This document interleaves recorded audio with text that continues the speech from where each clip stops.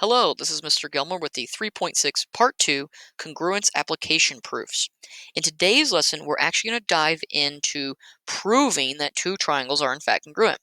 And really, sort of the highlights of the day is looking at common ways, common patterns that we're going to see within proofs of finding those equal things that lead us into congruence.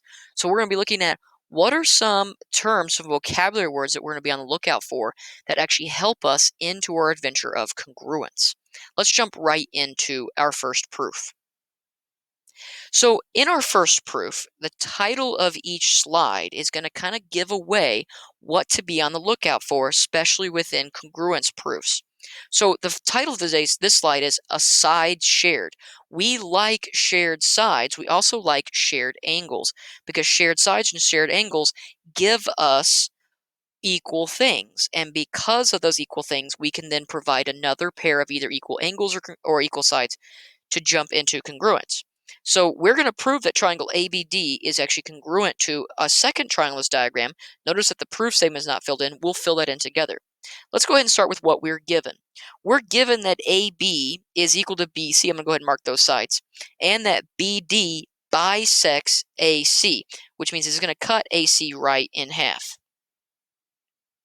Now, of course, in my proof, I would actually state that out. I'd write AB equals BC. I'd write BD bisects AC, which then means I'd also state what I know from that, which is AD is equal to CD. Now let's actually go ahead and write down what is the second triangle we're going to prove triangle ABD to.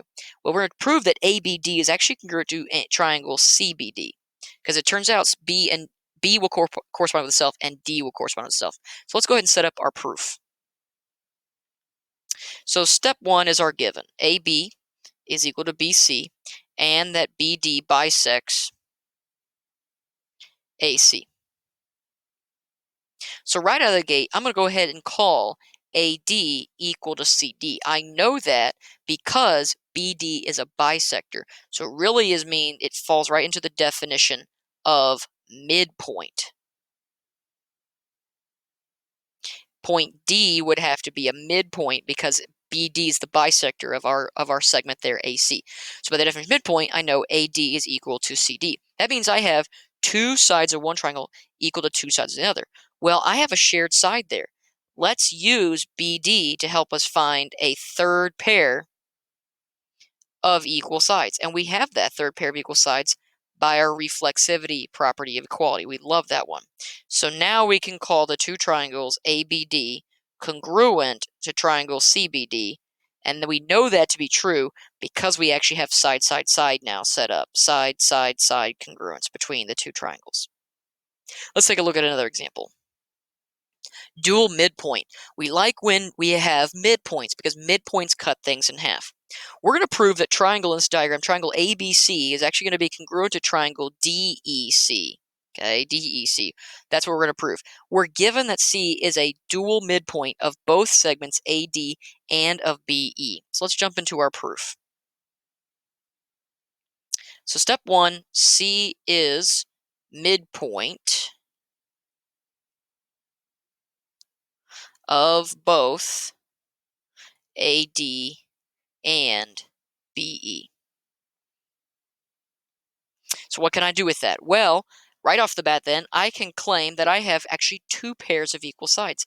AC is equal to DC by definition of midpoint. And I have a second pair of sides that are equal. I can call BC equal to EC by the same reason. Now that means I have two sides of one triangle equal to two sides of the other. I need to satisfy one of my triangle congruences. Well, I'm leaning towards either side, side, side, or side, angle, side. But remember, if angles appear straight, they are straight. I can call angle ACB equal to the measure of angle ECD by the vertical angles theorem. Hey, that gives me enough to claim congruency. I have two sides and the included angle of one triangle equal to two sides and the included angle of another, which means I can call triangle ABC congruent to triangle DEC by side angle side congruence. So watch out for midpoints. We like midpoints. Here's another one. What if we were to give you another midpoint, but instead of the midpoint, we have also given a congruent angle pair alongside of it? So notice that in our given, C bisects segment B, which means it's the midpoint of segment BE, but it's not the midpoint of segment AD. It's not given as that. We can actually prove that later on, but we're only given that it's midpoint of one segment, so be very careful about that one. So we're again proved that triangle ABC is congruent to triangle DEC, but with some slightly different starting information. So here's our statements and reasons.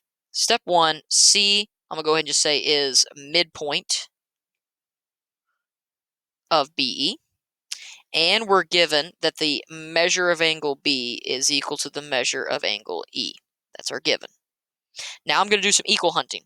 So I can automatically, from step 2, where I've already got this actually, B is equal to E. From step 2, in step 2, I can go ahead and claim that segment BC is equal to segment CE because C is a midpoint. So by definition of midpoint,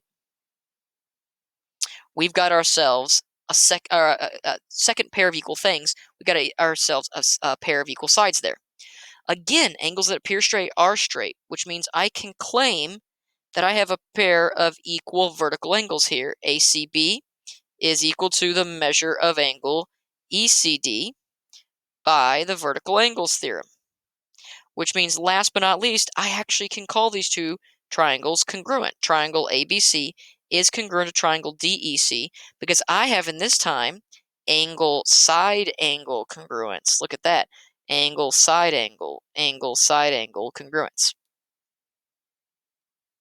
Let's take a look at one more example proving two triangles are congruent, and then what we'll follow up with the next several examples is actually taking congruence a step further. So in this example, we're going to prove that triangle ABC is actually congruent to triangle ABD. And we're told that AB is a dual angle bisector. We really just like angle bisectors in general because they cut things in half for us, and things that get cut in half means we have pairs of equal things, and we like equal things, especially leading us into congruence. In this case, we're actually given a dual angle bisector, which means we're going to have two pairs of equal things. So AB bisects angle DBC and angle DAC.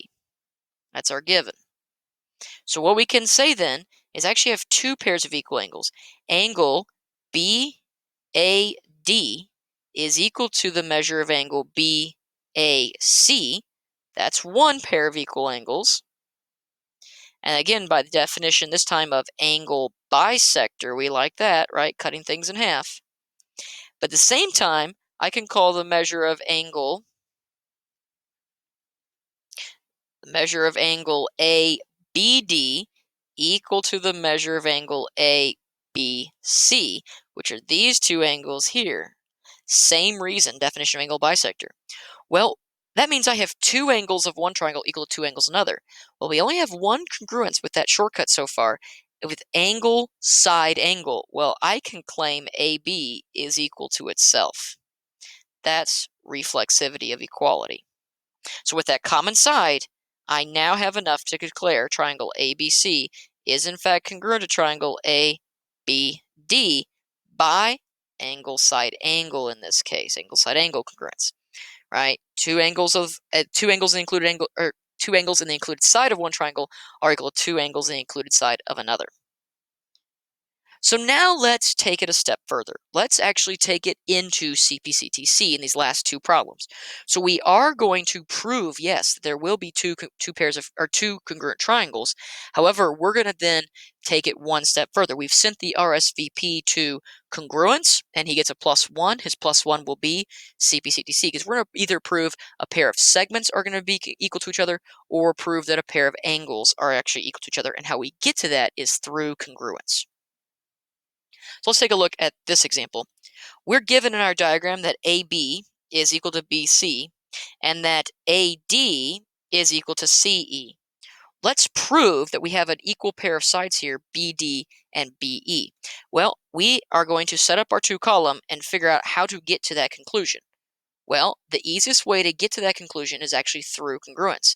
So I'm going to prove that there's actually a pair of congruent triangles here that has BD and BE as corresponding sides. So I begin with my given, AB equals BC, and AD is equal to CE. Now we're allowed to assume that if angles appear straight, they are straight, which means this entire segment at the very bottom, ADEC, that's a straight angle. The whole thing is a straight, right? They're all collinear, which means this entire triangle ABC is in fact an isosceles triangle, right? We're given that AB and BC were equal to each other. So the very first thing I can do is I can claim that the measure of angle A is equal to measure of angle C. Why? Because of the isosceles triangle theorem. Angles opposite these pairs of equal sides, I know I can claim to be equal. Well, what does that do for me? Why should I go ahead and claim those angles equal? Because now I have exactly what I need to prove a set of triangles are congruent. Take a look. Side, angle, side, side, angle, side. There are two congruent triangles, but what pair of congruent triangles are there? It's triangle ABD. It's kind of this left triangle on the edge, is in fact congruent to triangle CBE by side angle side congruence. So those two pairs of triangles, let me go ahead and mark them for us. It's this triangle here, ABD, that triangle there, and this other triangle here on the right, CBE. Those two triangles are congruent, right? Because we had side, angle, side, side, angle, side. Well, as it turns out, our two sides we want to prove equal, BD and BE, they are corresponding to each other, right? Take a look at our congruent statement, BD and BE. So I can claim BD is equal to BE by CPCTC. So I can invoke CPCTC after I've invited a congruence to the party. Now I can bring CPCTC to the party. Let's take a look at one more example using CPCTC to help us prove something. So now we've got an interesting diagram here. It's actually kind of cool looking. It's hard to see, but there are actually a pair of overlapping triangles here. Take a look at triangle ACE and triangle ABD. See, those two triangles are overlapping? We can actually prove that those two triangles overlapping there are in fact congruent. Let's dive into this proof. We're given that angle B is equal to angle C. We're also given that BA, this entire segment here, is congruent or equal to this entire segment here, CA. Okay, so I'm just go ahead and mark them that way. So the entire segments there are in fact given to us as equal. So let's start off our proof. Statements and reasons column. So angle B is equal to the measure of angle C, and we're given that BA is equal to CA. So that's our start. Well, I need to prove that these two triangles are congruent. I already have a pair of equal angles and a pair of equal sides. But here's what's fun. Those two triangles, since they overlap, they share something.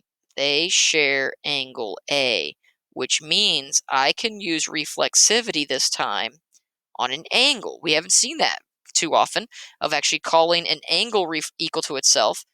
So we can apply reflexivity of equality, which then means now we have two angles and an included side of one triangle equal to two angles in the included side of a second, which means I can claim that triangle, now I gotta be careful here, ACE is in fact congruent to triangle ABD, and that is by angle side angle congruence. Now that I've invited congruence to the party, I can bring along our very best friend, CPCTC. Because what do I want to prove? I want to prove that segment BD and segment CE are in fact corresponding and equal. We'll take a look at our congruence statement. They are corresponding, which means I can call those segments equal by CPCTC. We have come to the end of our lesson 3.6 part 2. Please go back through this in case you are struggling on finding those congruent triangles and seeing the pattern that we've kind of laid out in several of these examples with proof. If you do have any questions as you're working on the 3.6 part 2 homework assignment, please do not hesitate to email me. With that, be good and do good.